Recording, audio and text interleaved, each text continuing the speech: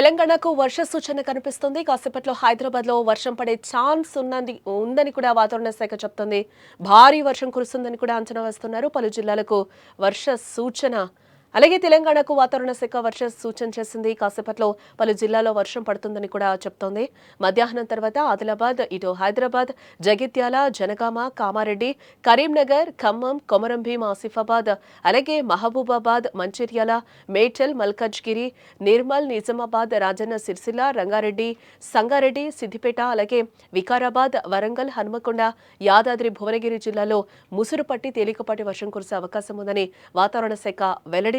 అలాగే 40 కిలోమీటర్ల వేగంతో ఈదురుగాలులు వీచే ఛాన్స్ ఉందని కూడా చెప్తుంది. ఈ మేరకు ఎల్లో అలర్ట్ ను కూడా జారీ చేసింది వాతావరణ శాఖ. రాజధాని నగరం హైదరాబాద్ లో కూడా బుధవారం వర్ష సూచనలు ఉన్నాయని కూడా హెచ్చరించింది వాతావరణ శాఖ. ఉదయం, మధ్యాహ్నం పొడి వాతావరణమే ఉంటుందని, సాయంత్రం సమయంలో వర్షం మొదలయ్యే అవకాశాలు ఉంటాయని కూడా చెప్తోంది. అలాగే మధ్యాహ్నం 3 గంటల తర్వాత వాతావరణం ఒక్కసారిగా మారిపోయి క్యుములోనింబస్ మేఘాలు ఏర్పడి కుంభవృష్టి కురిసే ఛాన్స్ ఉందని కూడా వాతావరణ శాఖ అధికారులు చెప్తున్నారు.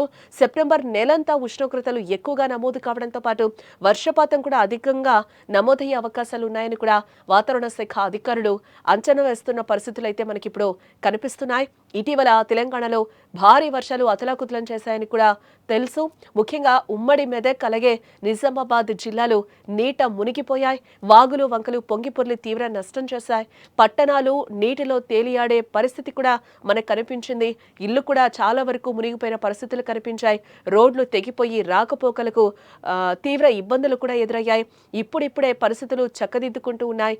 ఈ అనుభవాలను దృష్టిలో పెట్టుకుని పలు జిల్లాలకు వర్ష సూచనల నేపథ్యంలో అధికారులు అప్రమత్తమై ముందస్తు ఏర్పాట్లను అయితే చేస్తున్నారు.